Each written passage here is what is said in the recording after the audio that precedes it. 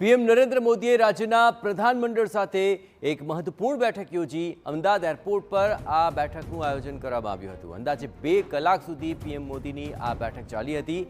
નવા પ્રધાનમંડળ બાદ પીએમએ પહેલી વખત સીએમ સહિત પ્રધાનમંડળ સાથે આ બેઠક કરી હતી।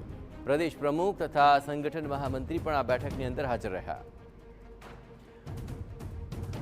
आज मामले વધુ વિગતે વાત કરવા માટે જોડાઈ રહ્યા છે ટીવી9 પોલિટિકલ એડિટર કિંજલ મિશ્રા।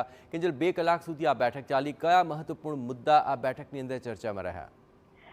બિલકુલ જયેશ, જો મંત્રીઓની વાત કરવામાં આવે તો ચોક્કસ અમે લોકો કહી રહ્યા છે કે ઔપચારિક બેઠક હતી, પરંતુ 1 કલાક સુધી જ્યારે બેઠક યોજાઈ હતી, તમામ જે મંત્રીઓ હતા, મુખ્યપ્રધાન છે, તમામ મંત્રીઓ ઉપસ્થિત હતા। આપે કહ્યું તે પ્રમાણે સંગઠન મહામંત્રી, સંગઠન પ્રદેશ પ્રમુખ પણ હાજર હતા। ત્યારે પ્રજાલક્ષી કામગીરી પર ભાર આપવાનું જે સૂચન છે તે વડાપ્રધાન તરફથી કરાયું હોવાની સૂત્રો તરફથી માહિતી મળી રહી છે। તેની સાથે જ લોકો સાથેની કનેક્ટિવિટી વધે તે માટેની જે માહિતી છે તે પણ મળી રહી છે।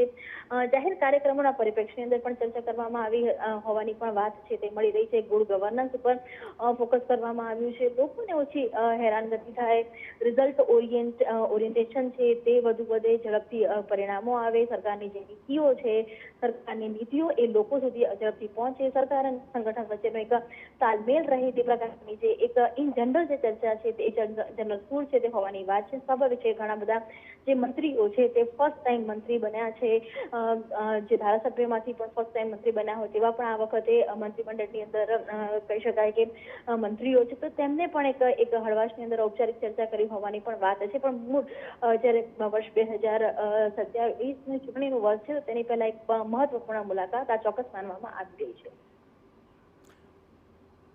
આભાર કિંજલ, તમામ ગતિવિધિઓ પર આપ નજર રાખતા રહેજો। તો આખરે પીએમની રાજ્યના પ્રધાનમંડળ સાથેની આ મહત્વપૂર્ણ બેઠક રહી અને 2 કલાક સુધી આ બેઠકની અંદર ચર્ચા વિચારણા થઈ હતી।